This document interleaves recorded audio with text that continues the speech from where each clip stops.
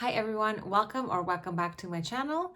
In today's episode of Happy Hour with Anna Morfides from Mini Course Counseling is going to be all about negative thought patterns and why is it so challenging to change negative thoughts into positive thoughts. And this is actually a request. I have been running out of topics to record, or I could definitely revisit previous topics that have been ignited mostly from my experiences with life and with clients that I have.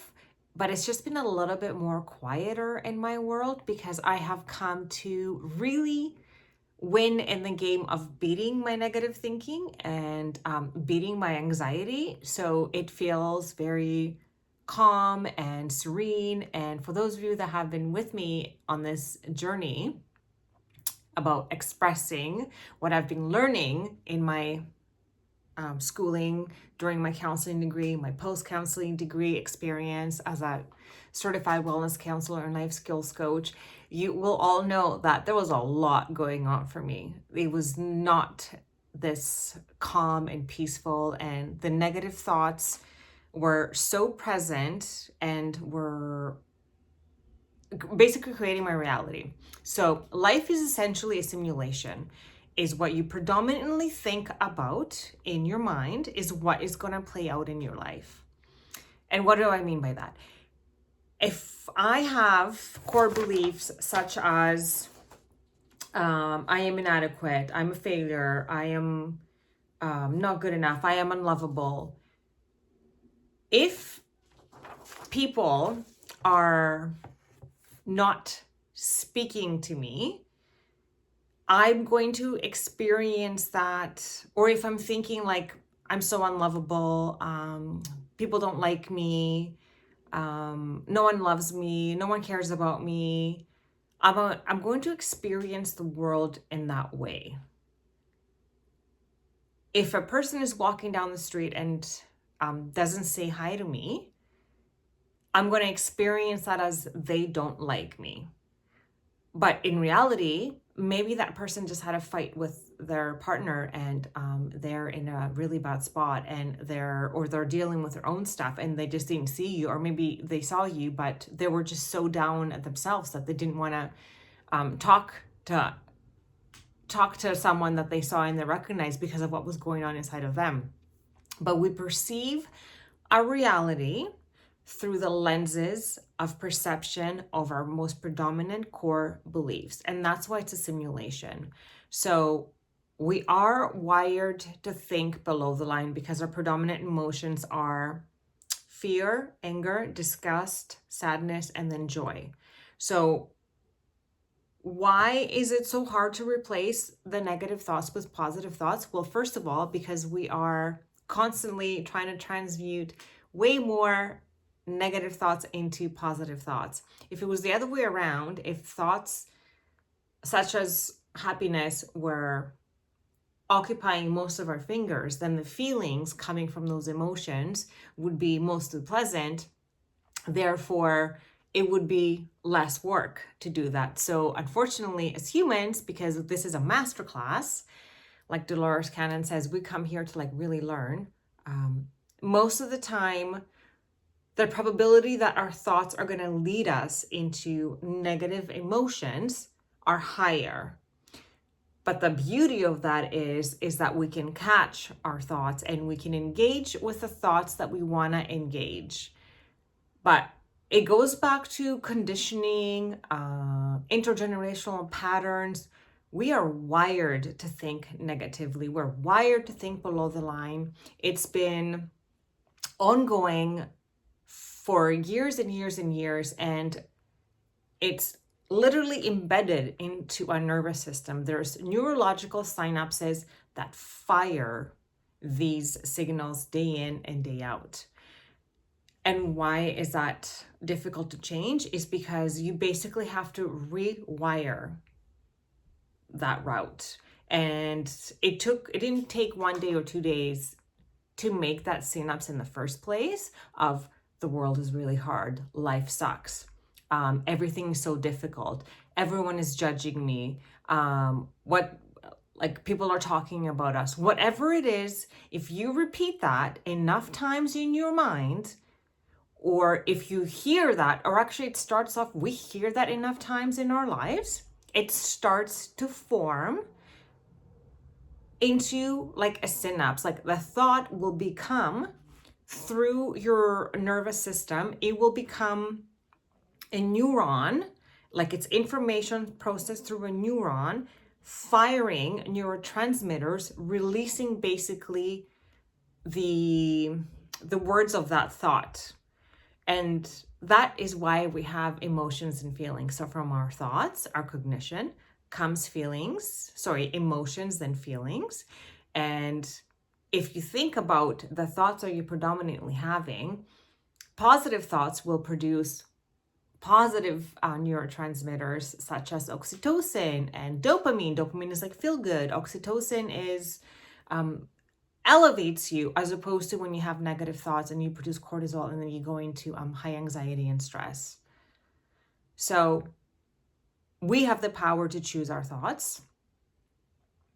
Thoughts are generated from our core beliefs, which were formed by what we predominantly saw and heard about us and the world around us while we were growing up. So if you constantly heard you're a bad kid, or you're not smart, you're stupid, whatever it is that you heard predominantly, that will be a synapse. Or say the other way, whatever you didn't hear will also form. So if you're constantly criticized and you haven't heard like, oh, you're amazing, you're great, good job, then you don't form synapses that carry that signal. If your parents did not give you so much love or tell you I love you, the chances that you're going to grow up thinking and feeling that you're unlovable is highly likely, because you haven't had a chance to integrate a neurological synapse that fires off that signal that says I am lovable. So you might spend a lot of time in your adult life trying to be loved, and that's when people get into trouble and they cross boundaries outside of themselves to try to please other people, and they become doormats, and then they run themselves dry, and then they realize that I'm still not feeling lovable because no matter what I do, it's not enough for the other person. But in actuality, it's not because it's not enough for the other person. It's just because it hasn't been enough for you. So you have the power to rewire it. So we don't have to worry, because we're always in power at the end of the day. So to answer the questions, where does anxiety come from and why do we worry? So anxiety is worrying about the future.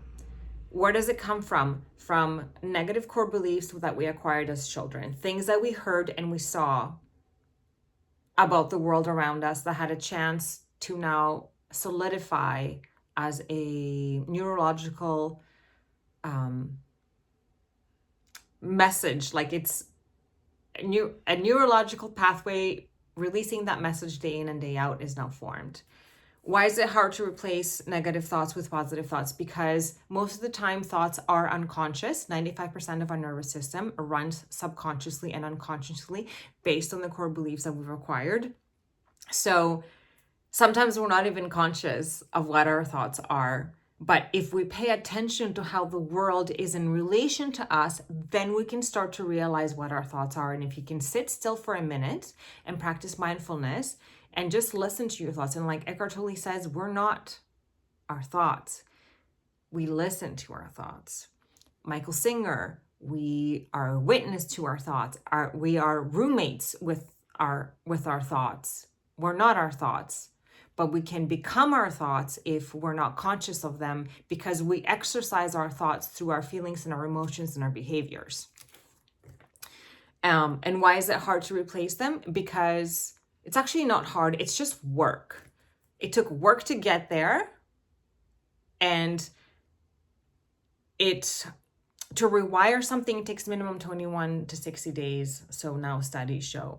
But instead of doing the work to, say, combat the anxiety and all the cortisol that produces, why not do the work to do the positive thinking? So when you hear a negative thought like, oh, I am unlovable, then change that.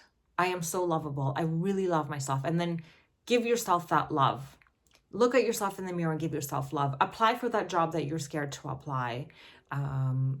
Go for that vacation that you're scared to go. Like, show yourself love. Don't let fear get in the way. And then, how to respond to someone who is negative and controlling without being disrespectful. So, we can control how other people experience the world, but we can for sure sympathize with them. So, how do we respond to someone who is negative and controlling? We don't engage with it, first and foremost. We acknowledge it, we witness it.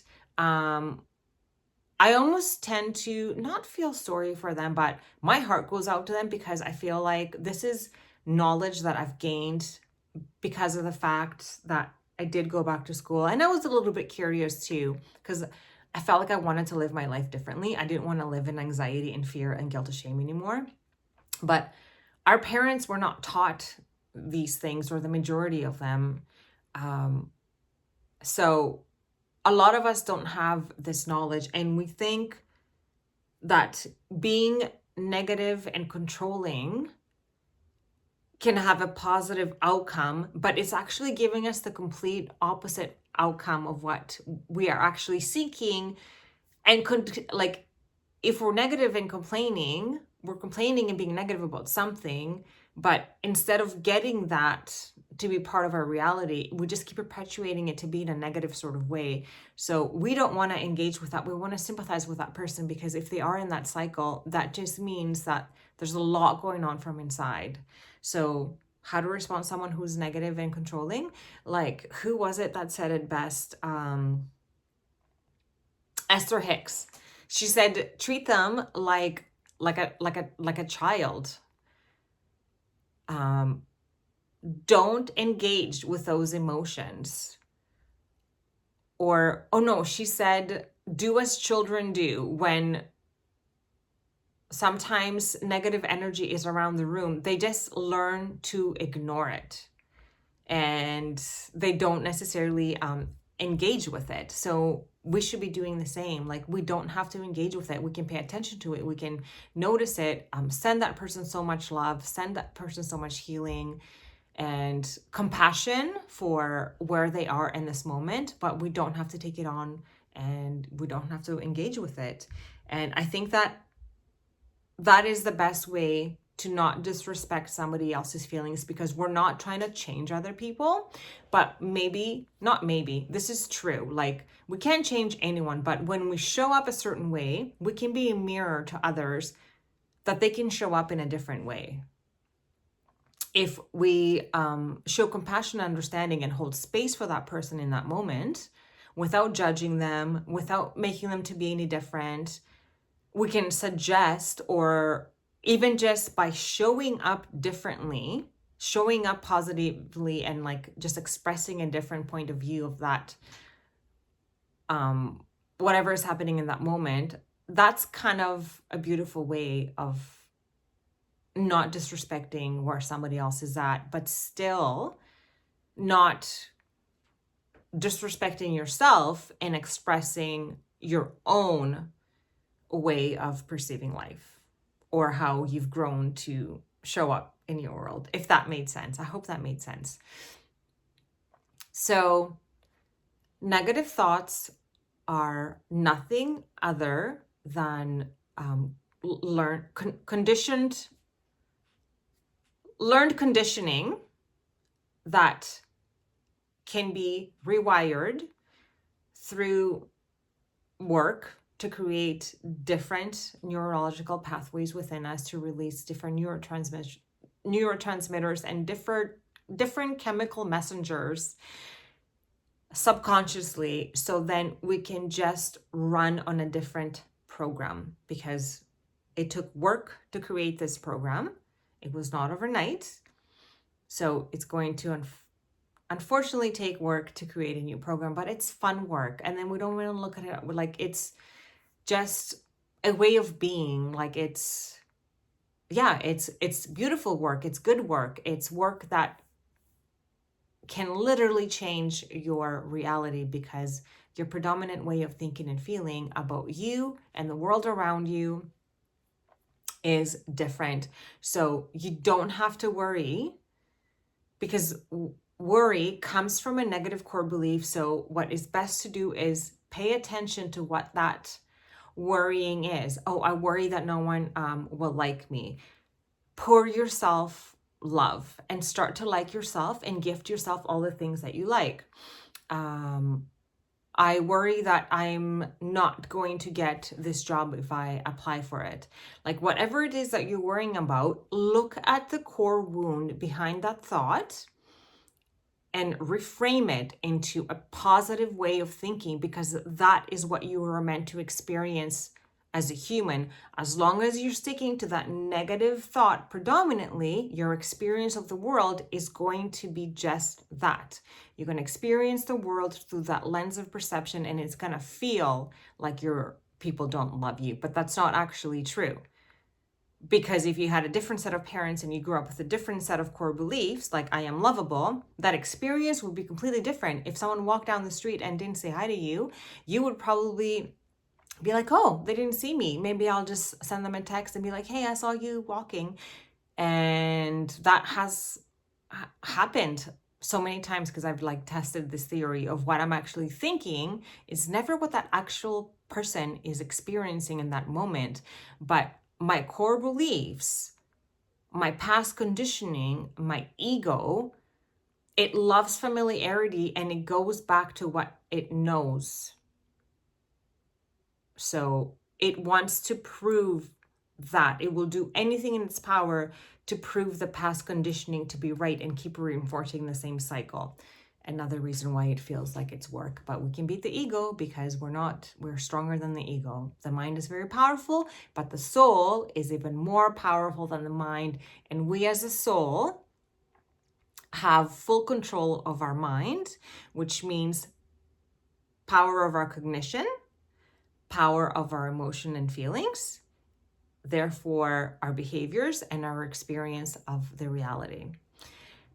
Thank you so much for tuning into another episode of Happy Hour with me, Anna Morfides, where we try to find our happy place, our happy self, our happy soul, our happy heart, mend our soul, and just become the best version of ourselves that we were meant to be here. It doesn't matter if we're 20 or 30 or 40 or 50 or 60. It's never too late, and I wish for you to have nothing more than the most beautiful life experience, free of worry, free of anxiety. Please reach out to me if you need any further support or any further ideas or any further videos.